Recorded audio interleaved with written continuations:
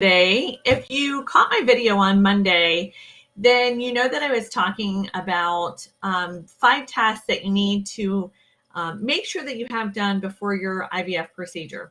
So what if you're afraid to speak to your doctor about those tests? It's really hard for some people to ask their doctor or question their doctor about anything, let alone something that maybe they don't feel super confident or comfortable about. So that's what we're going to talk to today.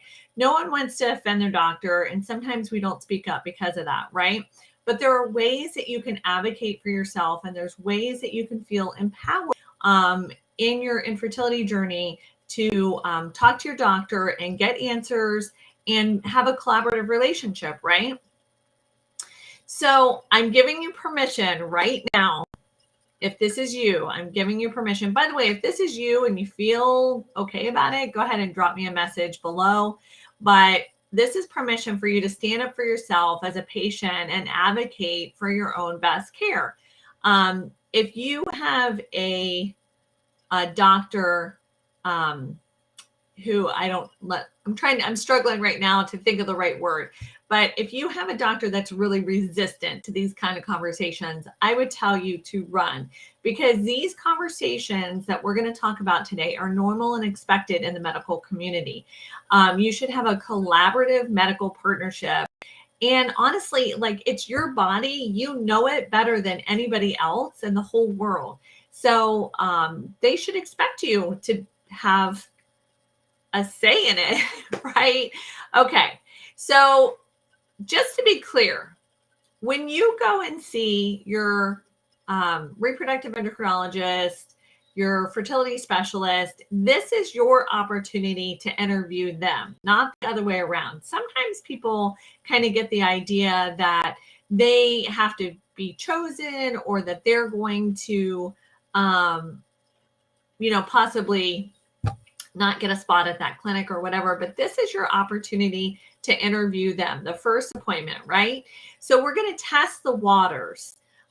This is tip number 1. We're going to test the waters with some really benign questions that will give you a good read on whether or not that they're going to be a good fit for you. So one of the questions is about complementary therapies or complementary modalities in addition to IVF. Some, or even IUI for that matter. So some clinics now are adding things like acupuncture and massage and those different kind of things to their lineup within the practice. So if that's important to you and they have those things there, that's clearly a good fit. But if they don't have them available right with I'm just going to check my volume here.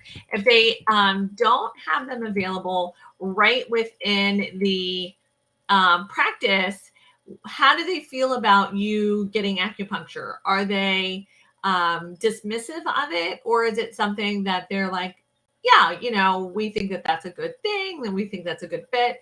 Another question will give you a good indication of whether it's a good fit for you, is whether or not at what point they switch protocols. So they have a standard protocol, and at what point do they deviate from that protocol? If they say never, you might consider getting a second opinion, because if it's never, then they don't care about a personal fit for you.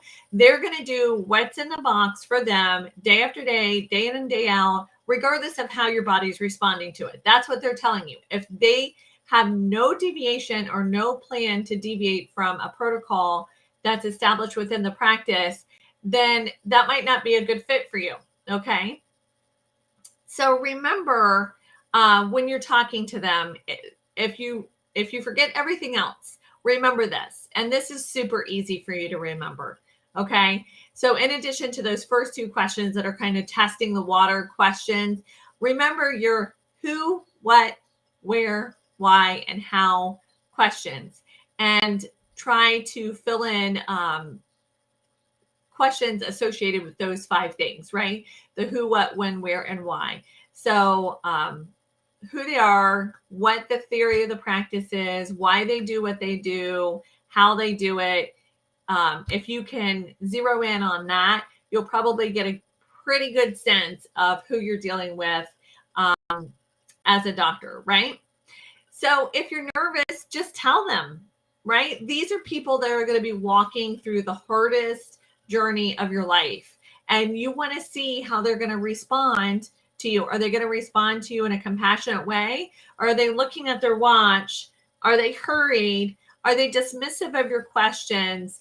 Are they irritated? Because if they're irritated when you're sitting there in your street clothes, how are you going to feel when you're sitting on the table and you're like, well, wait a minute, I have a question, and they're being dismissive or they're being short with you or abrupt or whatever. So those are things to definitely consider. So my last two points that you can ask them is, how will X, Y, and Z change my outcome? So how will doing X, Y, and Z change my outcome? Like, we know that the goal is pregnancy, but if they're asking to add an additional medication to the protocol, or if they're putting you on, if you've been on Avidril and they want you to be on letrozole or something like that, how will that change the outcome? What is the goal in making this change in my care? And are there other options? So are there other options to achieve the same desired outcome, right? So those are super easy questions to ask that can advocate for yourself. If you don't feel like you're being heard, or if you feel like you're being gaslighted, I'm not sure if you're familiar with that term, but if it's kind of the conversation's being turned back on you, where you are made to feel small or unimportant, insignificant, or that your questions are stupid, you have the choice of boundaries for yourself, whether it's in this relationship or any relationship, but especially in a situation where the doctor works for you and you are paying the doctor to do a job for you, right? You're paying for their services. And so you have the option of going someplace else. And I would encourage you to look around outside of your area, because the bottom line is all this treatment is expensive. You have to be able to gel with the provider and practitioner that you're working with. So if that means that you have to drive 45 minutes, an hour versus the clinic that's right up the road, you might consider that is a better choice for you than dealing with the local clinic that is a bad fit for you and causes you anxiety, and you don't feel heard, and they're just kind of in the box, right?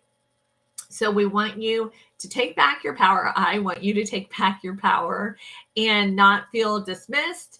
I want you to feel connected, and that this is a collaborative relationship. So I created a list based on this framework, where it's 10 questions to ask at your first REI appointment. So it's going to make it really easy for you. You can print it out, you can have it on your phone. But in case that you want that as a little bit of a safety net for yourself, I created that for you. I'm going to drop the link in the comments.